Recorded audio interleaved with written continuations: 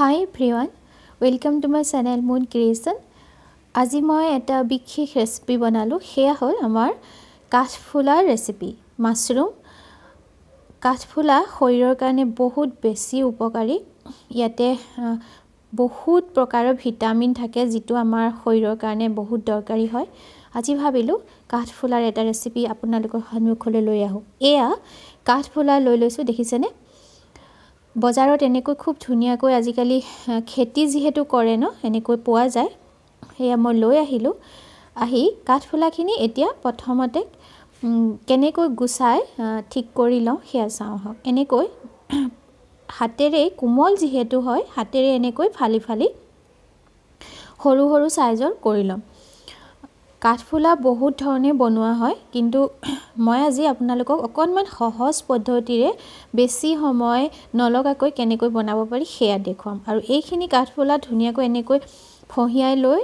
পানীৰে অকনমান ধুই ললো লৈ এতিয়া এটা প্ৰেসাৰ কুকাৰত কাঠফুলাখিনি দি লৈ ইয়াতে অকনমান বেছি নহয় অকনমান পানী এড কৰি তাতে মই এচামুচ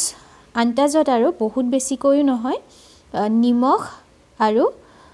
হালধি salt and turmeric এই দুইটা দি এটা সিটি মাত্ৰ মই দিলম তেতিয়া কি হ'ব কাঠফুলাখিনি ভালকৈ সিজাত সহায় হয় আৰু এতিয়া মই আমাৰ সিজনৰ যেহেতু গ্ৰীন মটৰ উলাই আছে কেঁচা মটৰ এই গুটেই গ্ৰেভিখিনিত কেঁচা মটৰ দি দিলে খাবলৈ বহুত বেছি সোৱাদ হয় মই এনেকৈ গুছাই লৈছো আপোনালোকে মটৰ দি কাঠফুলা খাই চাব বহুত বেছি টেস্টি হয় খাবলৈ আৰু মটৰখিনি এনেকৈ গুছাই লৈছো ইফালে কাঠফুলাখিনি অকনমান ঠাণ্ডা হ'বলৈ দিছো আৰু এই মটৰ এবাটি হল এয়া পিয়াজ কাটি ললো আৰু এয়া বিলাহী এটা মই এখিনি আকৌ মই পেষ্ট কৰি লম বিলাহীটো পেষ্ট একাৰণে কৰিম মই গুটে মানে গ্ৰেভিটো বনাওতে এক্সট্ৰা পানী আৰু ইউজ নকৰো বিলাহী পেষ্ট কৰোতে যি পানী দিম হে আৰু আদা নহৰু পেষ্ট লৈছো আৰু এটা কেঁচা জলকীয়া পকা কিন্তু আৰু সিজনৰ আমাৰ খুব টেস্টি এটা ইনগ্ৰেডিয়েন্ট হল ধনিয়া পাত ঘৰৰে আছিল মই এনেকৈ ধুই পখালি লৈ লৈছো বাকি মছলাখিনি মই যেতিয়া বনাম ৰেচিপিটো তেতিয়া দিম এতিয়া যিখিনি কাঠফুলা মই প্ৰেসাৰত দিছিল হৈ গল এতিয়া এখন চালনীত কাঢ়ি লৈছো এখিনি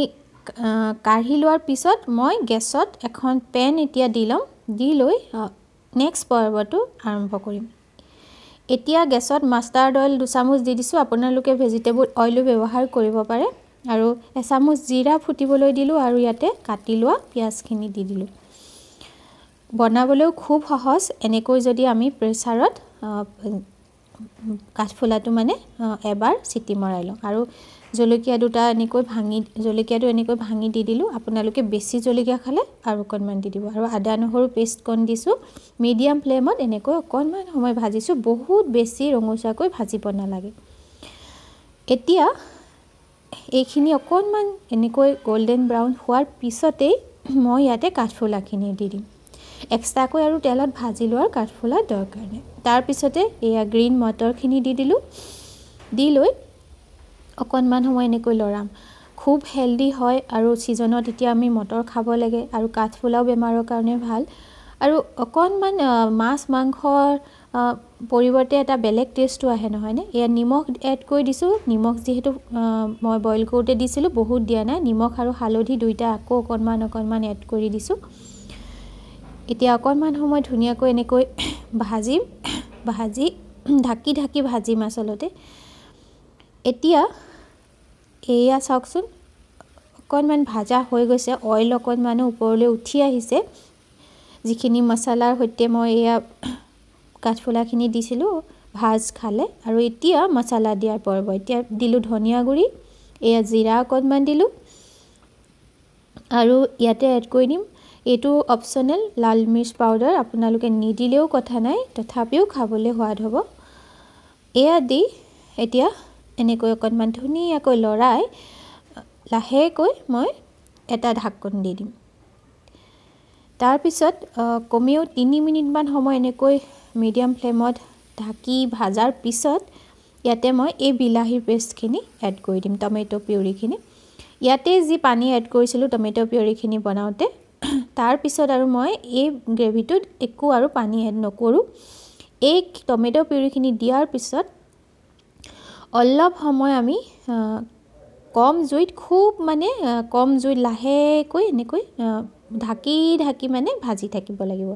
কম জুইত ভাজিবলৈ এইকাৰণে কৈছোঁ যিহেতু আমি পানী এড নকৰোঁ নহয়নে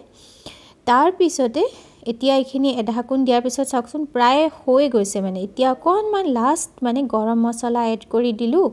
দিয়াৰ পিছতে এতিয়া আৰু এইখিনি খাব পৰা হৈ গৈছে কিমান বেছি ক্ৰিমি এটা টেক্সচাৰ ওলাই নহয় কাঠফুলাৰ পৰা ভাবিব নোৱাৰি আৰু শেষত এতিয়া আৰু